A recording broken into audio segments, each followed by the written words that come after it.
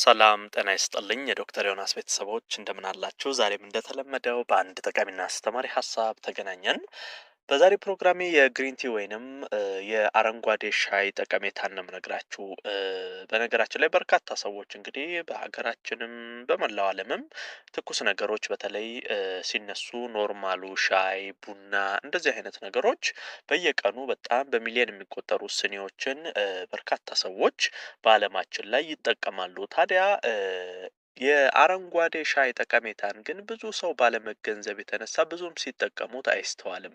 አረንጓዴ ሻይ ለሰውነታችን በጣም በርካታ ጠቀሜታዎችን ይሰጠናል። በተለይ 6 ዋና ዋና ጥቅሞች አሉት። ስለዚህ ዛሬ በቀን ውስጥ አሁን ቡና ኖርማሉን ሻይ የምትጠጡ ሰዎች ያህን ከምትጠጡ በሱ ፋንታ አረንጓዴ ሻይ ብትጠቀሙ የምታገኙትን ጠቀሜታ መቼ ብትጠቀሙት መልካም ነው? በቀን ምን ያህል መውሰድ አለባችሁ? እንደዚህ ተያይዘው ያሉ ሀሳቦችንም አንድ ላይ እነግራችኋለሁ ማለት ነው። አብራችሁኝ ቆዩ።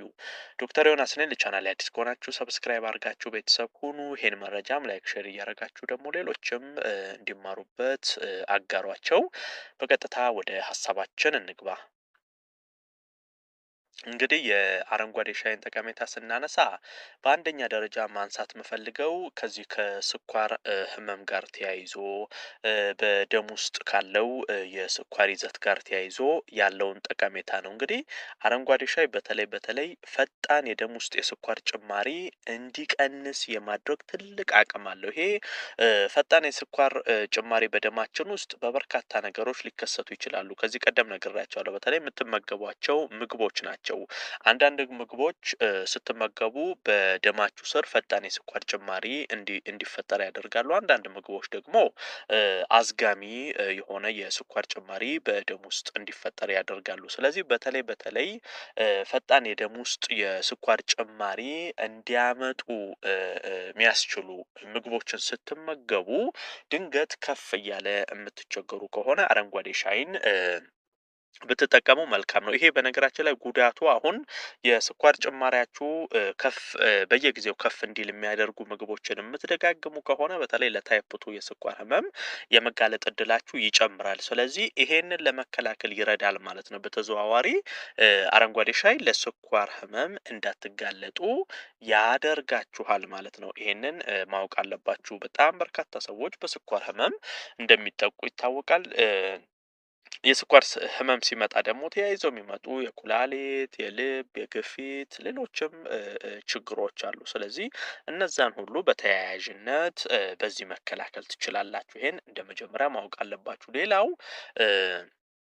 አረንጓዴ ሻይ በጣም ከፍተኛ አንቲኦክሲደንት አለው። ይሄ በተለይ ለካንሰር የመጋለጥ እድላችሁ እንዲቀንስ ያደርጋል።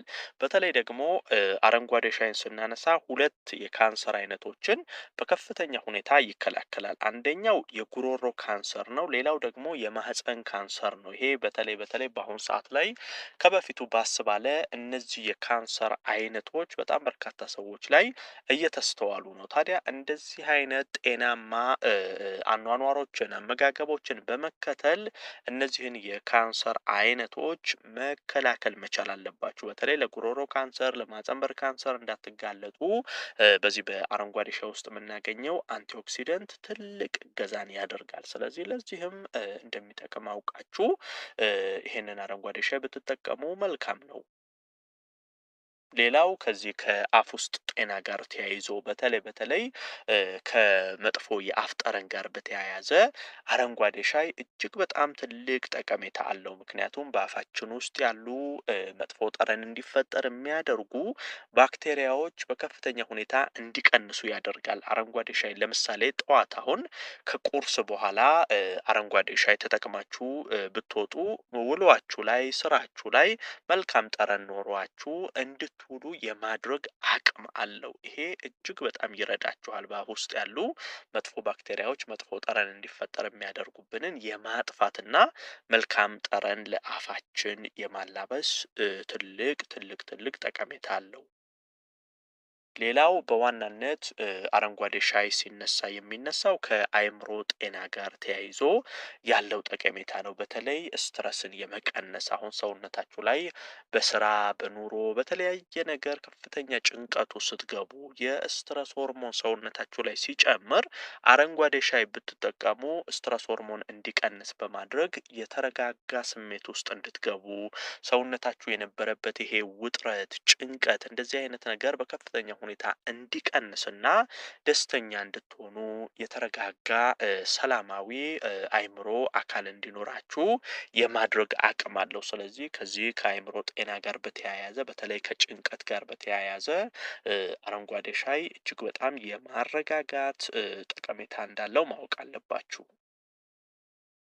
ሌላኛው ከዚህ ከውፍረት ከቦርጭ ጋር ተያይዞ ነው። ይሄ በተለይ አረንጓዴ ሻይ አሁን ቦርጭ ለማጥፋት ውፍረት ለመቀነስ ሆድ አካባቢ የተከማቸ ስብን ለማቅለጥ እጅግ በጣም ትልቅ እገዛ አለው። ታዲያ ይሄ ማለት አሁን አመጋገብን ሳታስተካክሉ የአካል ብቃት እንቅስቃሴ ሳታደርጉ ዝም ብላችሁ ቁጭ ብላችሁ አረንጓዴ ሻይን ስለጠጣችሁ ብቻ ቦርጭ ታጠፋላችሁ ማለት አይደለም። ነገር ግን ስፖርት እየሰራችሁ አመጋገባችሁን አስተካክላችሁ ጎን ለጎን ደግሞ አረንጓዴ ሻይ ብትጠቀሙ ቦርጫችሁን የምታጠፉበት ውፍረታችሁን የምትቀንሱበትን ጊዜ በጣም ማፍጠን ትችላላችሁ። ይሄ ቦርጭን ስብን ለማቅለጥ እጅግ በጣም ይረዳችኋል። ስለዚህ ከአካል ብቃት እንቅስቃሴው ከአመጋገቡ ጎን ለጎን አረንጓዴ ሻይ ብትጠቀሙ ከቦርጭ ጋርም በተያያዘ በጣም ትልቅ እገዛን ያደርጋል።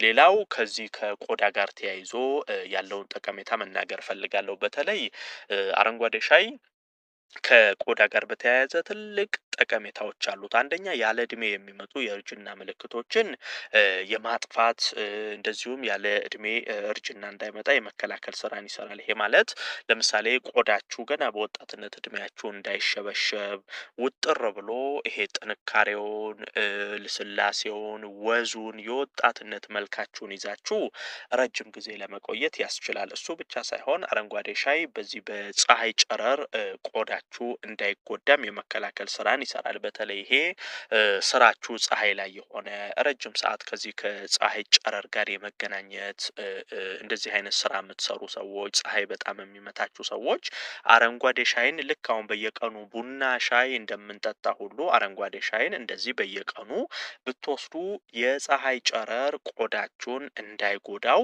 የመከላከል ስራን በከፍተኛ ሁኔታ ይሰራል እና ከዚህ ከቆዳ ጋርም በተያያዘ አረንጓዴ ሻይ ትልቅ ጥቅም አለው ማለት ነው። እንግዲህ እንደ አጠቃላይ እነዚህን ሁሉ አሁን ያየናቸውን ጠቀሜታ የምታገኙት አረንጓዴ ሻይን በመውሰድ ነው። አረንጓዴ ሻይ በፈለጋችሁ ሰዓት ልክ እንደ ቡና እንደ ሻይ ሁሉ መውሰድ ትችላላችሁ። ጠዋት ከቁርስ በኋላ፣ ከሰዓትም ከምሳ በኋላ መውሰድ ትችላላችሁ። ማታም ከመተኛት በፊት መውሰድ ትችላላችሁ። ነገር ግን በዋናነት ማወቅ ያለባችሁ ምን ጊዜ ምግብ ከተመገባችሁ ቢያንስ 1 ሰዓት ቆይታችሁ ነው መውሰድ ያለባችሁ እንጂ ቶሎ ተመግባችሁ በላዩ ላይ መውሰድ የለባችሁም። ይሄ በተለይ ሰውነታችሁ ለአይረን እጥረት እንዲጋለጥ ያደርጋል። ይሄን ከዚህ ቀደም ነግሬያችኋለሁ። ትኩስ ነገር በምግብ ላይ ቶሎ አይወሰድም። ስለዚህ 1 ሰዓት ቆይታችሁ ብትወስዱ ይሄን ጠቀሜታ ማግኘት ትችላላችሁ ማለት ነው። ዶክተር ዮናስ ነበርኩ። ይህን ሀሳብ ላይክ ሼር አድርጋችሁ ለሌሎችም አጋሩ።